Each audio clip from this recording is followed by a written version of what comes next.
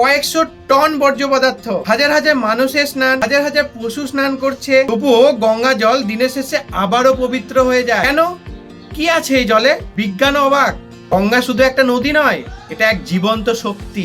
হিন্দু ধর্মে একে দেবী বলা হয়, একে দেবী রূপে পুজো করা হয়। কিন্তু বাস্তবেও গঙ্গা নিজের গায়ে লাগা দূষণ ধুয়ে ফেলে বিনা কোনো প্রযুক্তি ছাড়াই। 1986 সালে এক গবেষণাতে প্রমাণ পাওয়া যায় গঙ্গা জলে আছে একটি অদ্ভুত ব্যাকটেরিওফাজ। এই জীবাণু নিজেই হাজার রকমের ব্যাকটেরিয়াকে ধ্বংস করে ফেলে, যা সাধারণ নদীর জলে কিন্তু হয় না। তো তাই নয়, গঙ্গা জলে অক্সিজেন রিটেনশনও অনেক বেশি।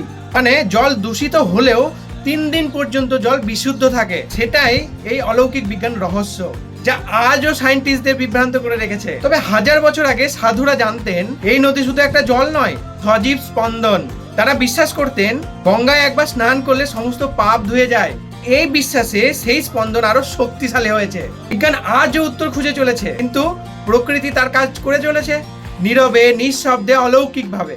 এটাই গঙ্গা, এটাই সেই পবিত্রতা যা শুধু চোখে দেখা যায় না, মনে অনুভব করতে হয়। এমনই অলৌকিক সত্য জানতে চ্যানেলটিকে সাবস্ক্রাইব করুন, কারণ কিছু শক্তি বিজ্ঞানের বাইরেও কাজ করে।